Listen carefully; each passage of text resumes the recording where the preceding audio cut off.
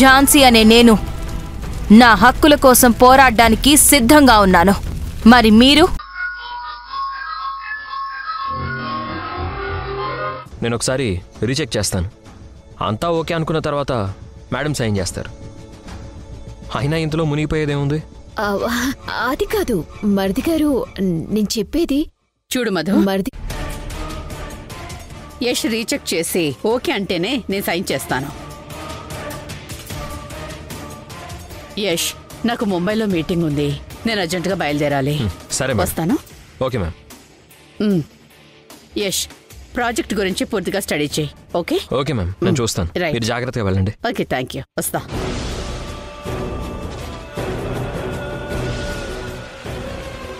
వదిన, ప్రాజెక్ట్కి సంబంధించిన ఫైల్స్ అన్నీ నా క్యాబిన్కి పంపించండి. అలాగే మరిది గారు.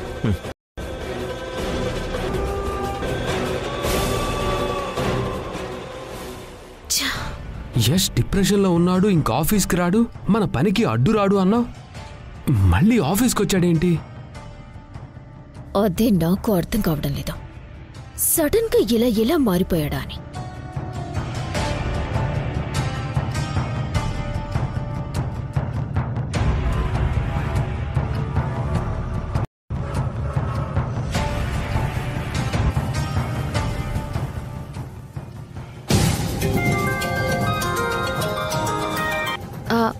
హలో, చెప్పు రఘు.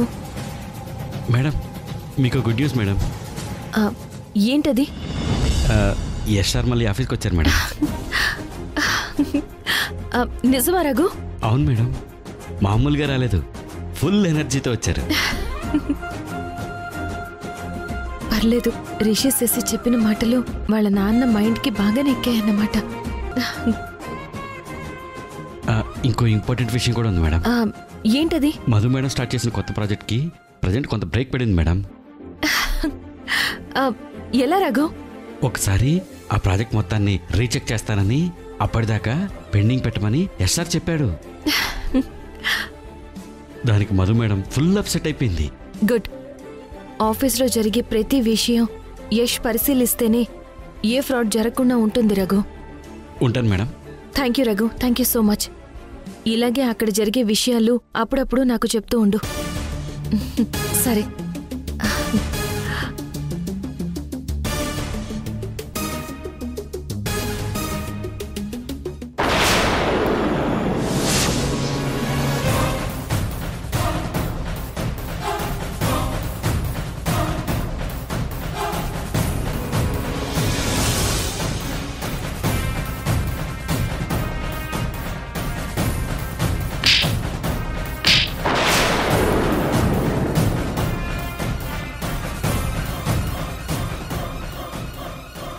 నా ఆఫీస్ విషయాలు సీక్రెట్ గా తెలుసుకోవడం కోసం సింధు నిన్ను స్పైగా వాడుతుందన్నమాట.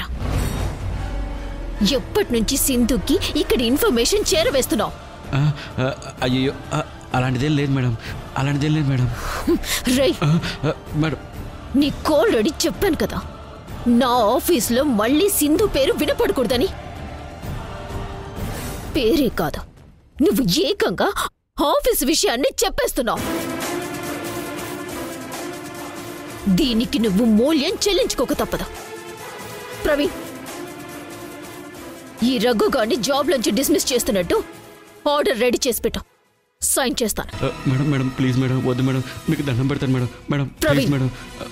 ఈ నమ్మక ద్రోహిణ కళ్ళ ముందు ఉండకూడదు, పంపించేయ్. మేడం ప్లీజ్ మేడం, నా మాట మేడం.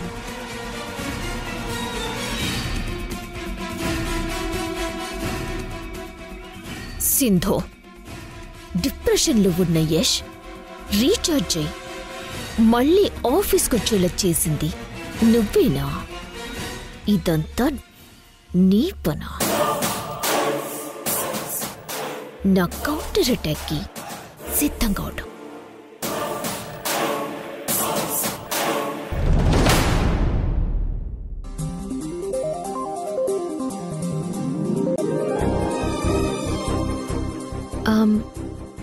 యష్ మళ్ళీ ఆఫీస్కి వెళ్ళాడు కాబట్టి తనని విష్ చేస్తూ ఒక బొకే పంపిద్దాం.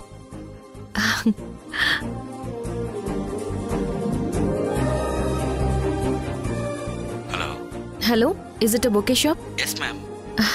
నేను చెప్పిన అడ్రస్కి ఒక బ్యూటిఫుల్ బొకే పంపాలి. Okay ma'am. ఎవరి పేరు మీద పంపాలి? యష్. Okay ma'am. అడ్రస్ చెప్తారా? పేమెంట్ అంతా ఆన్లైన్లో పే చేస్తాను. ఆఫీస్ అడ్రస్ నోట్ చేసుకోండి. చెప్పండి మేడం.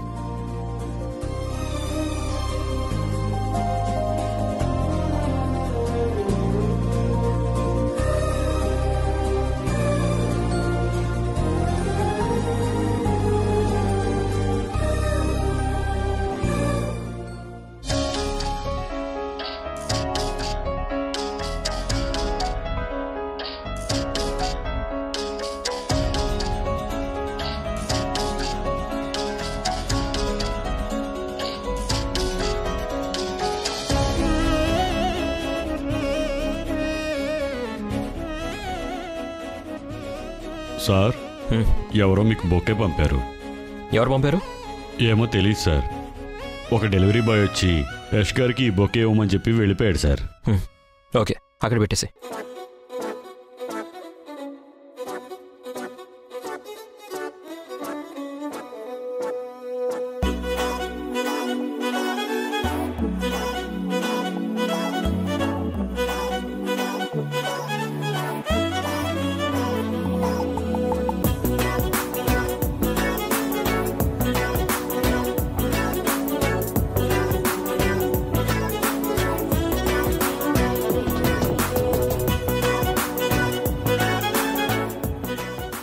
ఈ పాటికి యష్ నేను పంపిన బొకే చూసే ఉంటాడు. ఎవరు పంపించుంటారు ఈ బొకే? నాకు ఆల్ ది బెస్ట్ చెప్పారంటే బాగా దగ్గర వాళ్ళైనా అయి ఉండాలి, లేదా తెలిసిన వాళ్ళైనా అయి ఉండాలి. ఆ బొకే నేనే పంపించానన్న విషయం యష్ తెలుసుకుంటాడా లేదా?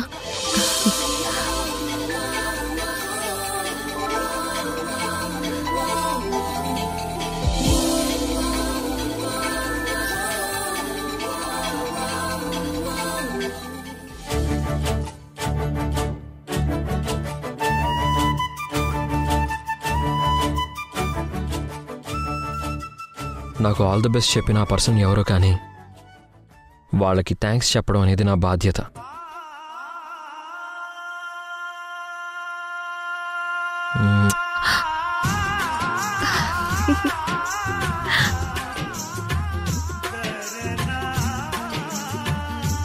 Thank you.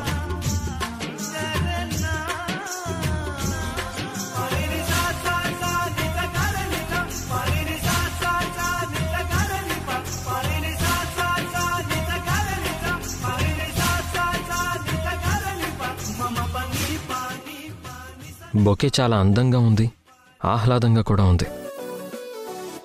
ఎవరు పంపించుంటారు? ఆ బొకే పంపింది ఎవరు అన్నది యష్కి తెలియకపోయినా పంపిన వాళ్ళకి తప్పకుండా తన మనసులో థ్యాంక్స్ చెప్పే ఉంటాడు.